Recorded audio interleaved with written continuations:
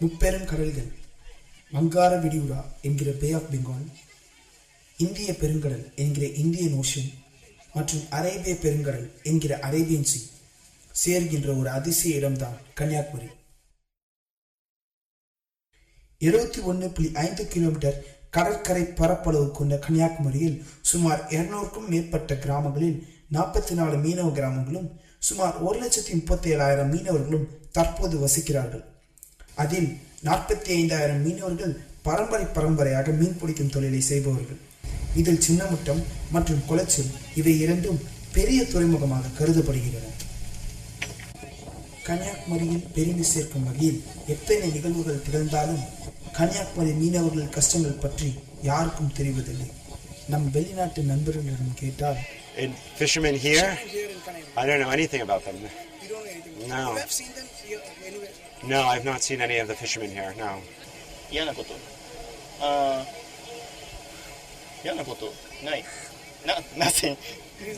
இதே நம் நாட்டு நண்பர்களிடம் கேட்டால், மீனவர்கள் பற்றி மேக்ஸிமம் எனக்கு தெரியாது. பட் ஆனால் அந்த சுனாமி வந்தப்போ தான் வந்து அவங்களுக்கு அதிகமாக பாதிப்பு ஏற்பட்டது. இந்த ஏரியாவில் தான் அதிகமாக பாதிப்பு ஏற்பட்டது. ஆக்சுவலாக இது அவங்களுக்கு நல்ல பிஸ்னஸ். இப்போ அவங்க மீன் பிடிக்க போகிறாங்க, அவங்களுக்கு வந்து நிறைய பெனிஃபிட் கிடைக்கும். பட் சம் கேசஸ் அவங்களுக்கு வந்து அவங்க எதிர்பார்க்குற அளவுக்கு ப்ராஃபிட் கிடைக்க மாட்டாங்க. அவங்க உயர பணையை வச்சு போகிறாங்க, போட்டில் போகிறதும் சம்டைம்ஸ் 4 பேர் போயிட்டு 3 பேர் வருவாங்க. இந்த மாதிரிலாம் நடக்குது. ஆனால் அவங்களால வந்து எதிர்பார்க்குற ப்ராஃபிட் எடுக்க முடியல. உண்மையாகவே மீனவர்கள் படும் கஷ்டங்களை பார்க்க போனால், நான் வந்து ரொம்ப மறக்க முடியாத பெரிய கஷ்டம் வந்து, நான் தொழிலுக்கு எங்கள் அப்பாவோட ஃபஸ்ட்டு பழகும் போது வாந்தி, கட்டுப்படுத்த முடியாத வாந்தியாக வரும். அப்போ என்ன பண்ணுறதுன்னா, கடலுக்குள்ளே இருக்கும்போது தோணும். எப்படி தோணும்? நம்மள ஒரு ஹெலிகாப்டர் வந்து நம்மளை தூக்கி கொண்டு கரையில் கொண்டு விட்டுறாங்க. அவ்வளோ வேகமாக போகணும் போல இருக்கு கரைக்கு. நாம் அங்கேருந்து வரணுமா 2 மணிக்கூர் 3 மணிக்கூர் ஆகும். வாந்தியின் ஆதோரம், பேச முடியாது, விழுங்க முடியாது, தொண்டை எல்லாம் கட்டி பிடிச்சி ஒன்றுமே விழுங்க கூட முடியாது, உமிழ்நீரை கூட விழுங்க முடியாது. அவ்வளோக்கு ஒரு மாதிரி வலி மாதிரி வந்துடும் களைச்சி பகுதியில். அப்புறமா நான் இந்த தொழிலை பழகிறதுக்கு 3 வருஷம் வரைக்கும் ரத்த வாந்தி எடுத்திருக்கேன். வாந்தி வந்து வந்து வந்து வாந்திக்கு மேலே ஆகி அப்புறமேல வாந்திக்கு மேலே பிளட் வரும், ரத்தம் வந்துடும். கஷ்டம். ஆனால் அப்போவே ஓடி இருக்கணும் நான் பள்ளியிடத்துக்கு. ஐயா சாமி இது வேண்டாயான்னு என் மண்டைக்கு அது தெரியலை. நான் இப்போ அதை ஃபீல் பண்ணுறேன். அப்போ அந்த ரத்த வாந்தி எடுத்த நேரமே நம்ம ஸ்கூல் பக்கமாக போயிருக்க வேண்டியது. போனாலும் படிக்க வைக்கிறது யார் படிக்க வைக்கா? அதுக்கும் வாய்ப்பு இல்லை. சரி, என்னது நம்ம வீட்டு கஷ்டம் நமக்கு தெளிவாக தெரியுது. நமக்கு பின்னாடி 4 பிள்ளைங்க, சின்ன பிள்ளைங்க. நம்ம அப்பாவுக்கும் சரியாக தொழில் போக முடியல. அப்போ இவர்கள் இவ்வளவு கஷ்டங்களை சந்தித்தாலும் இவர்கள் கடற்கரைக்கு செல்லும் நேரங்கள் நம்மை வியப்படைய வைக்கின்றன. நாங்கள் மீன் பிடிக்க கடலில் எவ்வளோ மீன் கிடைச்சுமோ அதை கணக்கு பண்ண கடலில் வரும். சில நாள் 10 நாள் ஆகும், 12 நாள் ஆகும், 2 நாள் ஆகும், 3 நாள் ஆகும். எவ்வளோ காற்று மழை வந்தாலும் மீன் கிடைக்காம கரைக்கு திரும்ப எங்களால் முடியாது. இப்போ இந்த ஆகஸ்ட் மாதம் கழிஞ்சதுன்னா ஒரு வாரத்தங்கள், ஒரு வாரத்துக்கு ஞாயிற்றுக்கிழமை வந்துடும், சனிக்கிழமை வந்துடும். ஞாயிற்றுக்கிழமை கிடக்க மாட்டோம் கடலில். ஏன்னா நாங்கள் எல்லாருமே கிறிஸ்டிங்காலனால ஞாயிற்றுக்கிழமை சண்டே மட்டும் இங்கே தான் இருப்போம். கோயிலில் போயிட்டு அதுக்கடுத்து மண்டே தான் தொழிலுக்கு போகிறது. ஒரு வாரம் அங்கே கடலில் தங்கும்போது நம்ம தொழிலே அதான். இப்போவும் விவசாயி அவங்க சொன்னால் விவசாயம் எவ்வளோ வெயில் அடித்தாலும் எவ்வளோ இது பண்ணாலும் அவங்களுக்கு அதான் தொழில். நம்மளை பொறுத்த எவ்வளோ காற்றடித்தாலும் புயல் அடித்தாலுமே நாங்கள் அங்கே தான் கிடந்தாகும். நம்ம தொழில் அதான். இவர்களின் வருமான வசதிகள் நம்ம இன்னும் ஆச்சரியத்தில் உள்ளாக்குகின்றன. ஒரு நாளைக்கு எவ்வளோன்னு சொல்லி எங்களுக்கு நிதானம் சொல்ல முடியாது. 50 ரூபாயும் கிடைக்கும், 100 ரூபாயும் கிடைக்கும், 1000 ரூபாயும் கிடைக்கும். தொழிலில் ஒன்றும் இல்லாமல் கூட வருவோம், திருப்பி கூட வருவோம். மீன் எவ்வளோ கிடைக்குதோ அதை கணக்கு தான் நமக்கு சொல்ல முடியும். சில நேரம் 1000 கிடைக்கலாம், சில 500 கிடைக்கும், சில ஒன்று கிடைக்காமலும் போயிடலாம். சில நேரம் எங்களுக்கு கஷ்டத்தை பார்த்தாங்கன்னா வீட்டில் ஒரு பொருள் அதை ஈடு வச்சு தான் நாங்கள் குடும்பத்தை ஓட்டுவோம். உயிர் மேல் நம்பிக்கை இல்லாமல் கடல் தொழில் செய்யும் இவர்களின் வருமானம் ஒரு நாளைக்கு 5 ரூபாய் 50 ரூபாய் தான். ஆனால் வீர தொழில் செய்யாமல் சாதாரண தொழில் செய்யும் மற்ற மக்களுக்கு சம்பளம் 25,000 ரூபாய் முதல் 50,000 ரூபாய் வரை. இதுதான் இந்திய ஜனநாயகம். கஷ்டங்கள் பல தோன்றினாலும் இவர்கள் கஷ்டங்களை சகித்து கொண்டுதான் தொழில் செய்கிறார்கள் தவிர கஷ்டங்களை தவிர்த்து கொண்டு தொழில் செய்வதில்லை. இவர்கள் கஷ்டங்களுடன் ஒரு பெரிய கஷ்டமாக இந்த மீனவர்களுக்கு தோன்றியது 2004 டிசம்பரில் வந்த சுனாமி.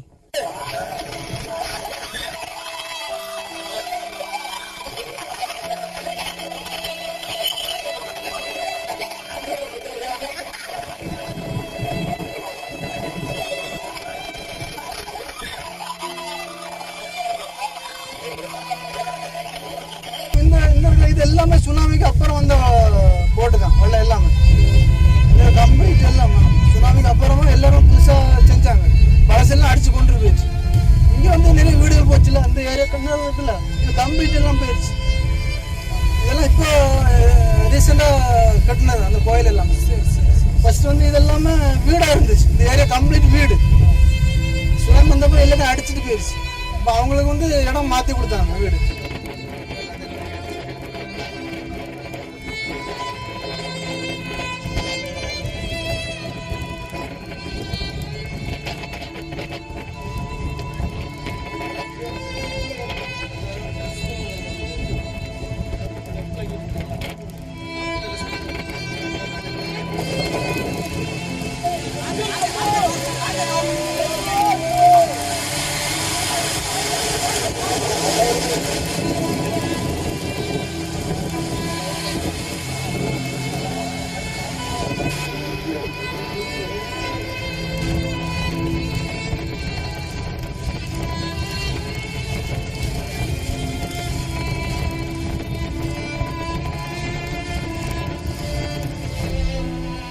கடல் மட்டத்தில் இருந்து அந்த அலை எழுந்து வருதுல, அந்த சைடு வரைக்கும் தண்ணியே இல்லாம போயிடுச்சு.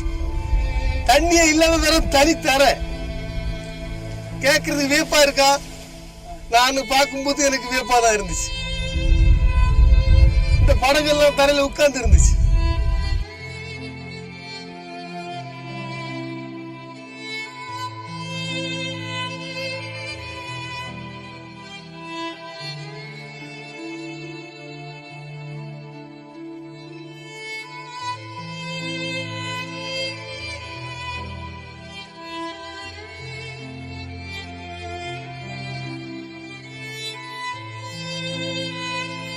சுனாமி பெரிய பாதிப்பை தந்தாலும் மீனவர்கள் அதை பற்றியெல்லாம் கவலைப்படாமல் அவர்கள் அன்றாட தொழில் செய்வதை ஆரம்பிக்கிறார்கள்.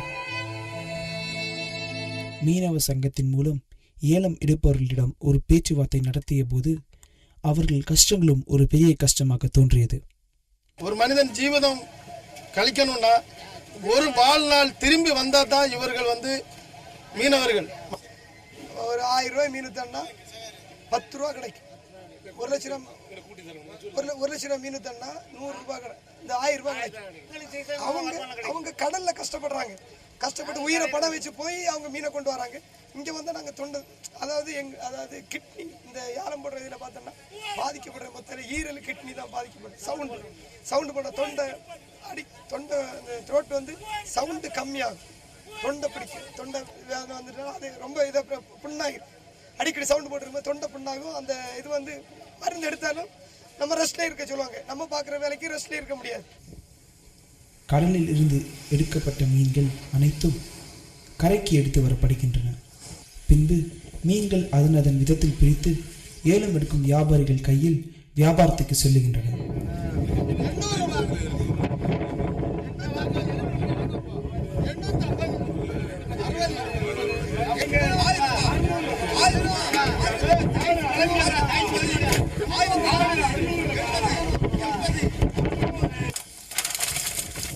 ஏலம் முடிந்தவுடன் மீன்கள் அதன் உரிமையாளர்களிடம் செல்லுகின்றன.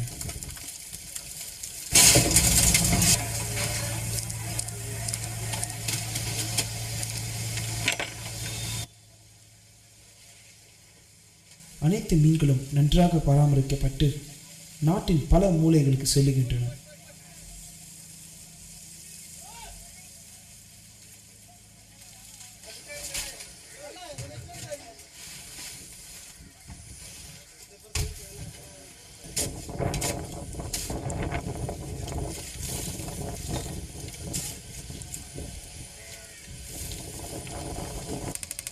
சில மீன்கள் சிங்கப்பூர், ஸ்ரீலங்கா, மலேசியா போன்ற நாடுகளுக்கு ஏற்றுமதி பண்ணப்படுகின்றன.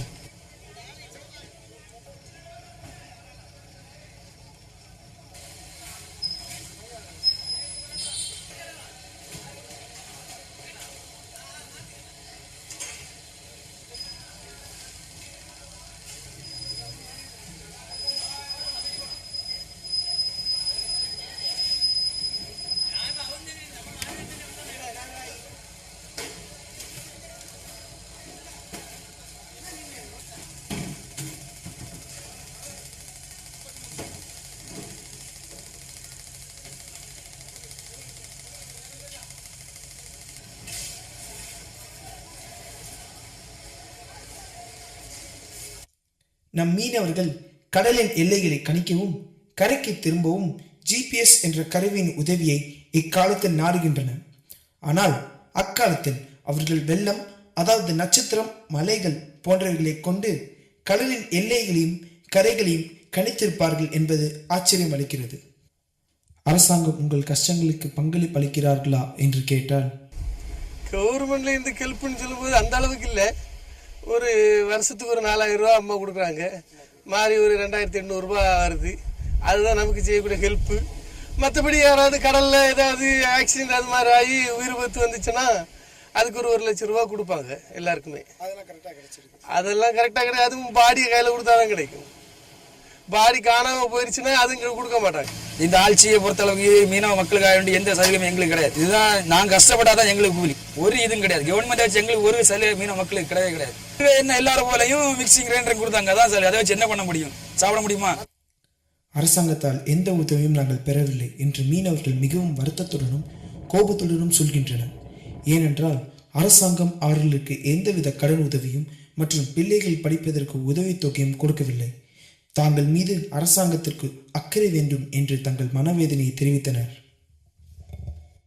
மீனவர்கள் தாங்கள் எவ்வளோ கஷ்டங்களை சந்தித்தாலும் அவர்கள் நோக்கம் தங்கள் பிள்ளைகளை படிக்க வைப்பது மட்டும்தான். ஏதாவது நம்மளால முடிஞ்ச ஒரு மெக்கானிக் இன்ஜினியர் படிக்க வைக்கலாம்னு இருக்கேன். நான் நம்ம குழந்தை இது பண்ணாது, ஏன்னா அதுக்குத்தான் நம்ம வைக்க மாட்டோம். நம்ம கஷ்டம் நம்மளோட இருந்து போடும். எனக்கு 2 குழந்தை படிக்கிறாங்க. நான் படுற கஷ்டம் அது என்னோட முடிஞ்சு போச்சு. அப்பாக்கள் படும் கஷ்டங்களை பிள்ளைகளுக்கு தெரிவதில்லை என்று பலர் நினைத்தாலும் மீனவர்கள் படும் கஷ்டம் மீனவர்களுக்கும் மீனவ பிள்ளைகளுக்கும் அவர்களை சார்ந்த குடும்பத்திற்கும் நன்றாகவே தெரிகின்றன. நான் BA second year mechanical engineering படிச்சுட்ருக்கேன். எங்கள் அப்பா ஒரு 42 வருஷமாக கடல் தொழில் போயிட்டுருக்காங்க. சில டைம் இப்போ 3 மணிக்கு கிளம்புறாங்கன்னா வர்றதுக்கு நமக்கு ரொம்ப லேட் ஆகும். சில டைம் மார்னிங் இப்போ ஆஃப்டர்நூன் ஒரு 3 மணிக்கு கிளம்புறாங்கன்னா சில டைம் மார்னிங் வர்றதுக்கு 6 மணி ஆகும், சில டைம் 8 மணி ஆகும். அந்த மாதிரி இதெல்லாம் ரொம்ப டைம் நடந்துருக்கு. அப்போது நம்ம நைட் இருந்தே சில டைம் தூக்கம் அறியாது. அப்பப்போ கால் பண்ணி கேட்குறது. எப்போது நான் போகலாமா வர்றதுக்கு நான் கேட்டு பார்ப்பேன். பட் எங்கள் அப்பா இல்லை வேண்டாம், நான் போகிறது என்னோட இருக்கட்டு, நீ இந்த இதுக்கு வர வேண்டாம், நீ அப்படியே உன் பாட்டு நீ உன்னை படிக்க வைக்கிறேன், நீ படிச்சுட்டு போ அப்படி தான் அவ்வளோதான் சொல்லுவாங்க. மற்றபடி வாணும் அவங்களும் கூப்பிட்றது கிடையாது, நாங்கள் வாரன்னு சொன்னாலும் அவங்க கூப்பிட்டு போகிறதும் கிடையாது. எல்லாமே கஷ்டம் தான். கஷ்டம் இல்லைன்னு எதுவுமே சொல்ல முடியாது. கடல் போகிறது கஷ்டம், அங்கே இருந்து நைட்டு ஃபுல்லாக தூங்காமல் ஃபுல்லாக முடித்து வேலை பார்க்கணும், அதுமாதிரி எல்லாமே கஷ்டம்தான். மார்னிங் வந்து தான் தூங்கணும், அதுவும் இப்போ ஒரு 3 ஹவர் 4 ஹவர் தான் தூங்க முடியும், அதுவும் ஒழுங்காக தூங்க முடியாது. மார்னிங்கில் சும்மாவே நமக்கே தூக்கம் வராது.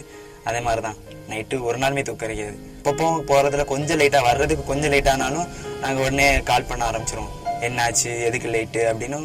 எப்போவுமே அப்படி தான் பயம் இருக்கும். நாங்கள் எப்படி என்ன நடக்கும்னு சொல்ல முடியாது. கடலில் சில டைம் காற்று புயல் அந்த மாதிரி என்ன எதுனாலும் நடக்கலாம். ஸோ அது நம்மளுக்கு கரெக்டாக சொல்ல முடியாது. அதனாலே நாங்கள் கொஞ்சம் லேட் ஆச்சுனாலே உடனே கான்டாக்ட் பண்ணிடுவோம்.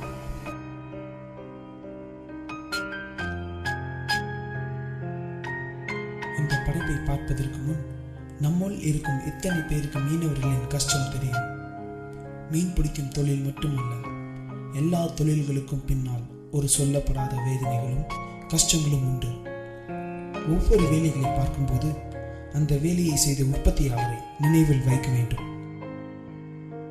எனவே கன்னியாகுமரி வேறு சுற்றுலா ஸ்தலம் மட்டுமல்ல, உழைப்புக்காக தங்கள் உயிரையும் பணையை வைக்கும் கடலின் வீரர்களையும் கொண்ட மண்ணாக கருதப்படுகிறது.